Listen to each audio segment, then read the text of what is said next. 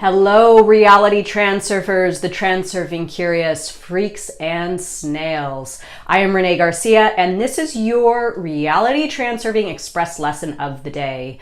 I'm doing lessons by request now. This request came in about a week or so ago, and then coincidentally, people started talking about this topic on the International Transurfing Institute yesterday or this morning, and I decided that today my lesson of the day will be on the dream world. So I know the dream world is something that we don't often talk too much about in the reality transurfing modality, and there's really not a whole lot to say about the dream world. However, the few points that I will make today on the dream world are incredibly powerful, and what connecting with the alternative space or the space of variations via your heart or your soul at night when you go to sleep and you dream, what doing this does is it exercises something that we all have deep within us, and that is our ability to connect with material and information in the alternative space, in the space of variations. So one point that I really like to make with this lesson is that the mind is limited and the soul is limitless. So a lot of the reason why we have difficulty or challenges in our waking realities is because our minds get in the way of us connecting with possibilities, alternatives, information and material in the alternative space, in the space of variations. It gets in the way, and we convince ourselves of things that create limited thinking, right? We only see the world outside of us, what we see. Oftentimes our mind is not capable of going a step further and connecting with information, material, evidence to support a theory that you would like to create for yourself. It's just not capable because of conditioning, because of programming, because of just growing up or adhering to a limited set of beliefs. So the soul has much more access to the alternative space, or the heart has much more access to the alternative space than the mind does. And that's why at night when we go to sleep, crazy things happen, right? Really what the dream world is about in the transurfing modality, I know there's lots of different interpretations of it in different modalities, but in the transurfing modality, what Vadim Zeland presents to us is that our soul at night, when we go to sleep, is flying around unhindered in the alternative space.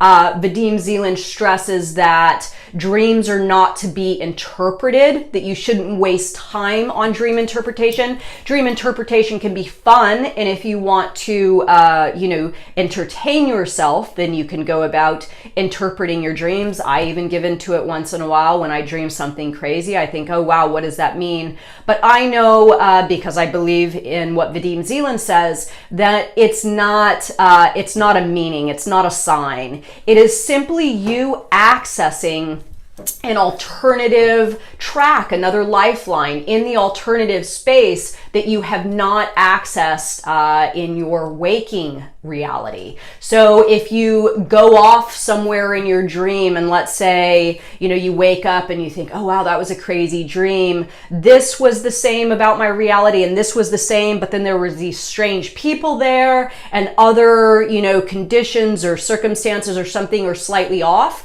You just accessed another track of one of the infinite number of possibilities in the alternative space. So you're kind of seeing into another reality, another life track. So one of the valuable points of Vadim Zeland's chapter on dreams is that when we can practice lucid dreaming. Now, lucid dreaming is when you wake up inside of your dream, okay? And this has happened to me many times. And if I do a little practice, which I'll share with you after I talk about lucid dreaming, you can do it too if you have not yet experienced it. It's very, very powerful.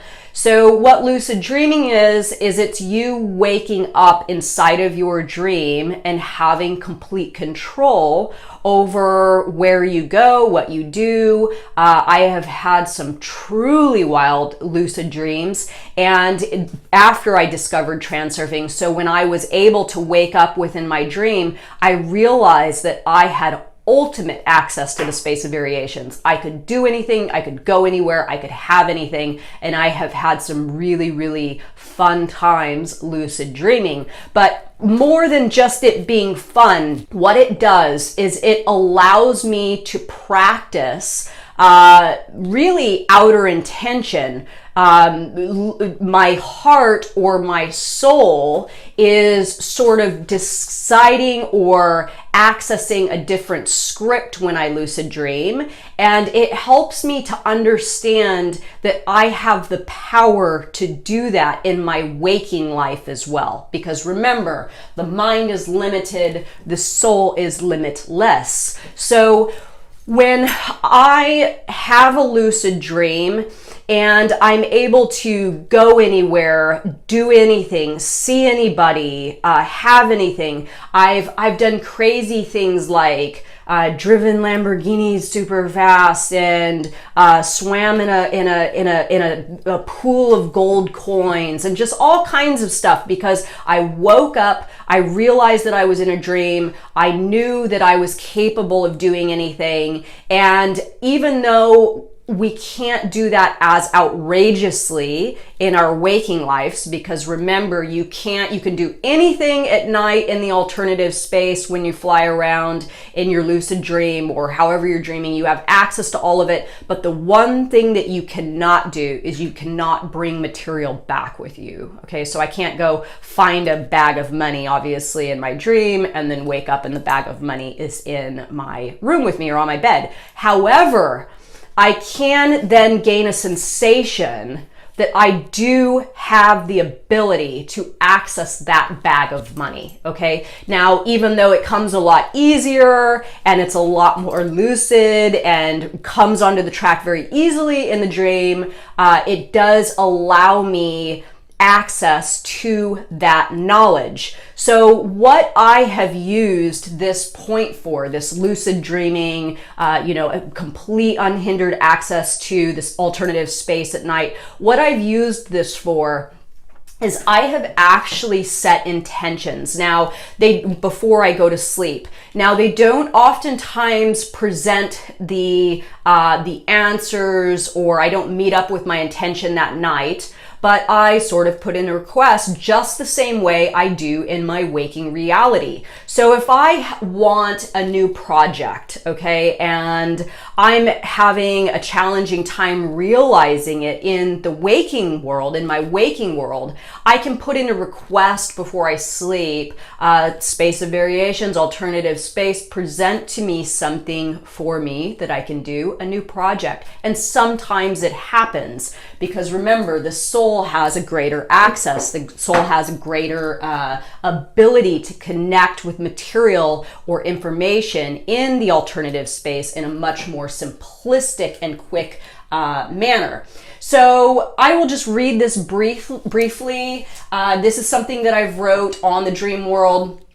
It might resonate with a few of you. Life is but a living dream, and the parallels between lucid dreaming, the act of controlling one's action within a sleeping dream, and the act of controlling one's life while awake cannot be disputed in the reality transurfing modality. This concept, very simply put, these concepts, very simply put, are one and the same. Just as the lucid dreaming Just as with lucid dreaming, our thoughts can instantly impact the course of events. This holds true in our waking life as well. In this lesson, we will deeply discuss the dream world and how this knowledge will assist you in a firmer understanding of both inner and outer intention. This lesson will prep you for the valuable information to come, where learning the difference and ultimately mastering the art of working with outer intention will allow you access to the sectors in the alternative space you only believed existed in your dreams. So again, this is about you breaking down those limitations in your mind and accessing the alternative space in a more powerful manner, just like you do in your dream world, okay? How can the act of asking yourself if you are awake positively impact your waking life as well as your dream life? Okay, so this is a very, very valuable part of the dream world, and this is how you lucid dream. So when you, just like in the Tufte book, when you can remember, you ask yourself, who am I, where am I, and what am I doing, right? This calls your attention back to you and keeps you in the power of creating your own script. Now, if you can start to systematically do this throughout your day, who am I, where am I, and what am I doing? And answer those questions, drawing your attention back to the center screen, to yourself, not staying in the outer screen or being absorbed into the inner screen, but calling to attention where you are and what you are doing. When you can do this systematically through your day, you will actually ask yourself, or be able to ask yourself, that same question when you are asleep.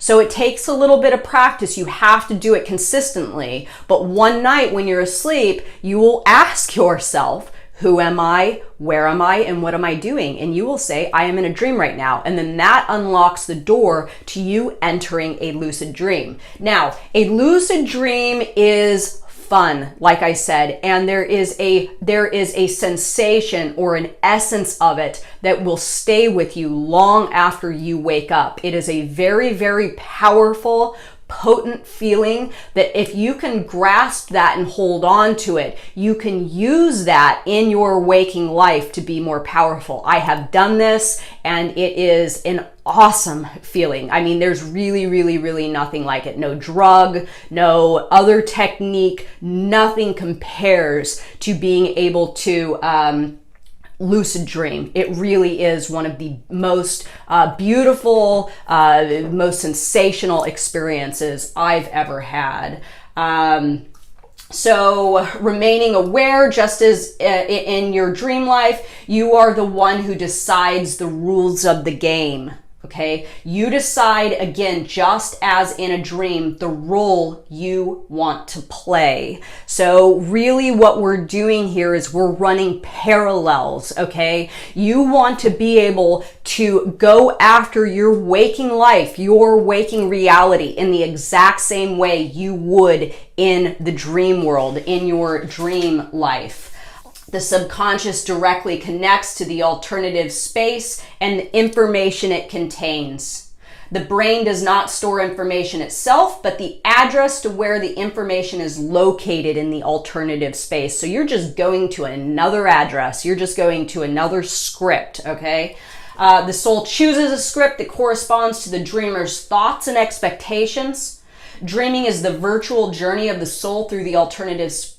And again, dreams should never be interpreted as signs. You can do that, it's fun, but it's not going to mean anything in your waking life. It's not a prediction. It's not, you're not accessing the future, nothing like that. You are just traveling over to a different lifeline, because the soul is limitless, right? And it can go anywhere and it can access anything. You want to practice this so you can have this power in your waking life. So again, if you have a dream that you live in a big house in a neighborhood you don't recognize, with people you do not find familiar, what exactly is going on? You are simply accessing data from the alternative space that has not been realized on your current track. You are seeing things as they could have been, could be, or otherwise. You are experiencing things that have not actually happened but could happen should you find yourself on another track, okay? One of the final points that I would like to make is that once you understand the parallels of the dream world, okay, and how we should really utilize the control we have in our dreams if we are in fact able to lucid dream, and how we have control in our waking realities. This is really, really paramount. It is an exaggerated version of yourself, of the alternative space, but it can absolutely help you in creating a reality of your choosing here. This is not, however, the case with pulling material through the space of variations into the waking world. We are more in the driver's seat in our waking. So, okay, I forgot this point, and this is really crucial. This is how I'm going to wrap this video up. You can fly around at night in the alternative space and access all sorts of things and have lucid dreams and see wild stuff and live in a mansion and swim in a pile of gold and all that stuff. But you are actually more powerful in your waking reality. And the reason for this is because the waking reality is real. It is the tangible reality where you spend the majority of your time, and this is where you can actually gain material, right? You can create true wealth. You can find and live with your romantic partner. You can have that house of your dreams. You can do all this stuff in a more real manner. The dream world is virtual. The current static reality that we live in, the reality that we can see, touch, and feel, this is our non-virtual reality. So you want to be able to go after stuff in this reality that you can pull information, material, evidence to support your theories, all the stuff that you intend to have, into your real life where you can hold it and enjoy it and feel it and live it and all that stuff. So I will stop with my dream rambling. I could go on and on and on. If you have any questions, please comment below, click subscribe to this YouTube channel if you have not already, and please join us at the International Transurfing Institute Facebook group, where we have discussions like this and many, many more. So to wrap this up, I would challenge you all to try to lucid dream a little bit. Keep your question going in your mind during your waking hours. Who am I? Where am I? And what am I doing? And if you can continue this in a systematic way, it won't be very long until you ask yourself this in your dream, and then boom, that opens the door to you having a lucid dream. You can have a lot of fun, and you can pull that power of being able to do that into your physical reality as well. So thanks so much, guys. Join us on ITI and subscribe here. Bye.